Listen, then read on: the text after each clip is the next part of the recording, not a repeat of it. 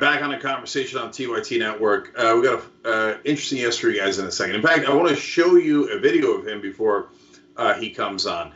This was shot by protesters outside the White House. They were chanting, "I'm black and I'm proud," and they noticed that one of the National Guardsmen was chanting with them. Let's show you the video. He's saying it. I'm black and I'm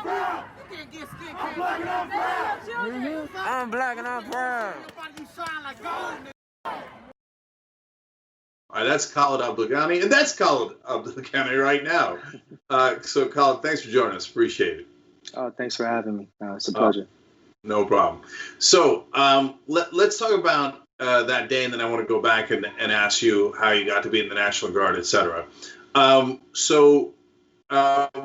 When you went out there, I heard that you took your mask off. So help me understand that.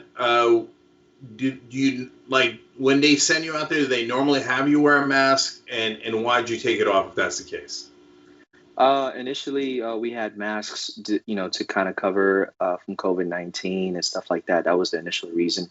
I knew the helmet that I had on had a visor, which could have protected me from any of that. So I just used that. But me personally, my personal reason, I just wanted to take my mask off to show my face. I didn't want to hide from my people. I wanted to initially just be involved with them emotionally as much as possible because I also felt the same type of pain that they were going through. And when you started saying it, did you know you were being taped? No, not at all. I was involved in the moment. That moment specifically, one of the younger protesters had like a deeper one of the deeper messages, and it affected me emotionally. And I was thinking, and in that moment also, I was trying to read every single sign. I was also trying to follow him with my eyes, and as you can see, I was also chanting. Yeah. So I'm curious what happened after that video went viral online. On a couple of counts. I imagine that you probably got a lot of supportive messages. So were you surprised at the reaction that it got? When I would find out about the video, a friend of mine who was heavy actually on Twitter, she sent me the video, and at the time my Twitter name wasn't even attached to the video. And she told me that it was picking up and it was kind of going viral. I didn't think anything of it. I just knew that I was in the moment. I was like, okay, good. I'm glad, that some people are starting to see the message and starting to see that we're also affected for the Black and brown community and my peers who wear that uniform, who are also feeling the same type of emotion and pain that they're feeling. But yeah, nothing too much that surprised me. I was just pretty much, honestly, I just got surprised with the many followers that I received after my name got attached to it, as far as social media is concerned. Yeah. How about the National Guard? Were they okay with it? Surprisingly, when I spoke to my leadership, they obviously saw the video. I just reached out to them, let them know, like, hey, this is something I stand behind. And they didn't budge. They also showed me support. I spoke to, as far as the highest I can go, I'm not going to say any names, obviously, for their respect and privacy. But yeah, they showed a lot of support. As far as my unit is concerned, everybody was explaining to me that, this is something we need to look into, and you have our support as well. So.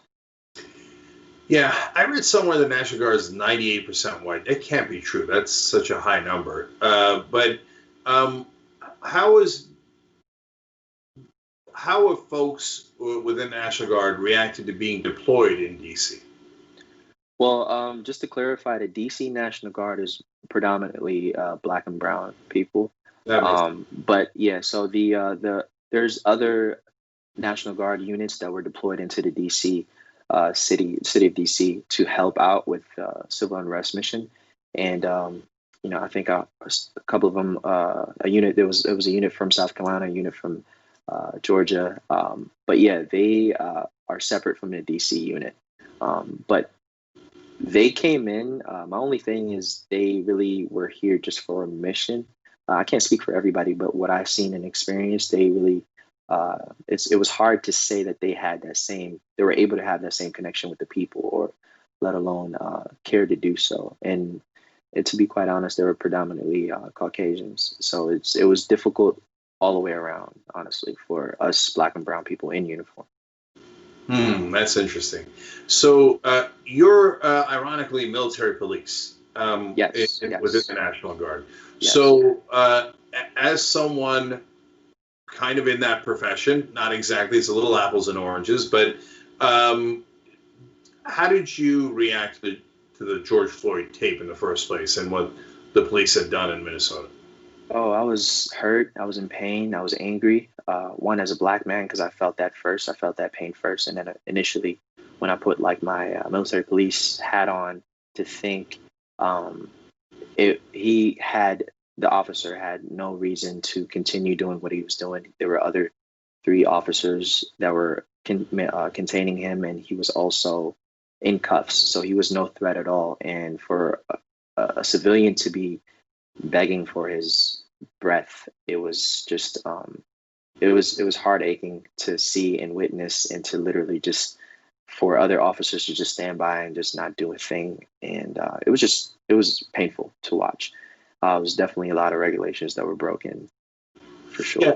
So, Colin, the reason I say it's apples and oranges is because I've talked to veterans before who've done similar things as you have within the military, and they say that the training, and some of them have been cops as well, in civilian law enforcement, and they say the training is a little different. That the military is trained to have more restraint. I found that to be interesting and maybe even ironic. Now, I know that you haven't had the training from a civilian law enforcement perspective, but what has been your training for military police within the Guard? For a situation like that, honestly, it's as simple as, once you get them in handcuffs, whoever the person is that you're trying to detain, just keep an eye on them. There was no reason for any other forced issue for you to kind of like make sure that he's down. Once a person's in handcuffs, and those handcuffs are hard to get out of, and they hurt the wrist, so nobody's going to get out of those. And our training is pretty much simple. We want to make sure we take care of the person that we are detained, or whoever we are arresting. And it is a little different because we're obviously, our jurisdiction is military installations. So we are dealing with people who are living on the base, who probably have way more, military training that I do. Like, we're talking infantry people, and so like a lot of people have a lot more discipline when it comes to military police, and understanding how to, possibly comply, but still we have to also be careful. But when it came to that scene specifically, once you have them in cuffs and you have backup, the person should not be a threat at all, and you should be a lot more professional. And unlike the officer that dealt with George Floyd. Yep. So I also read in your background that you obviously care about uplifting the Black community. I say obviously, but not everybody does, right? But you put in the effort to do that. Yes, and I saw that you wrote that you want to promote Black joy, which I find to be a great phrase. For folks who don't know, what does that mean? As you know, or everybody knows, we've been going through a lot of hardship, especially in the Black community. It's really tough to find Black joy within each other. So Black support, Black love, for people coming together and just reminding each other how much we can support each other, how much we are stronger when we're together, and being there for one another. I've seen that in the protests that we've witnessed, that I've witnessed. I've seen that in people, just aside from this particular situation or issue. I've seen people Black and brown people come together and accomplish something greater than an individual person. And yeah, it's Black joy is about that, reminding my Black and brown community that we are able to heal through that, and it's in us. And it's very important to move forward and through this the positive way. All right, last couple of things here, Kyle, real quick. Why did you join the National Guard in the first place?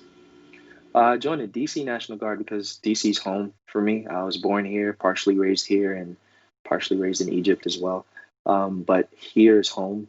I feel like my community's here. I've went to schools here. I've played on sports teams here. I've interacted with a lot of different people here, and I care about the city. It's my city. Yeah, and have you put any thought into what else you're going to do going forward in civilian life? In the civilian life, I haven't too much, but the main key for me, the main goal is to also support my community and use my platform, practice using my platform the best way I can into bringing good into the community, making sure that I'm doing it the right way, making sure that I'm sending the right messages, making sure that I'm helping, like there's actual change, immediate change that's happening in my Black and brown community. And that's something of a responsibility that I hold, and I'm honored to have, actually. All right, excellent.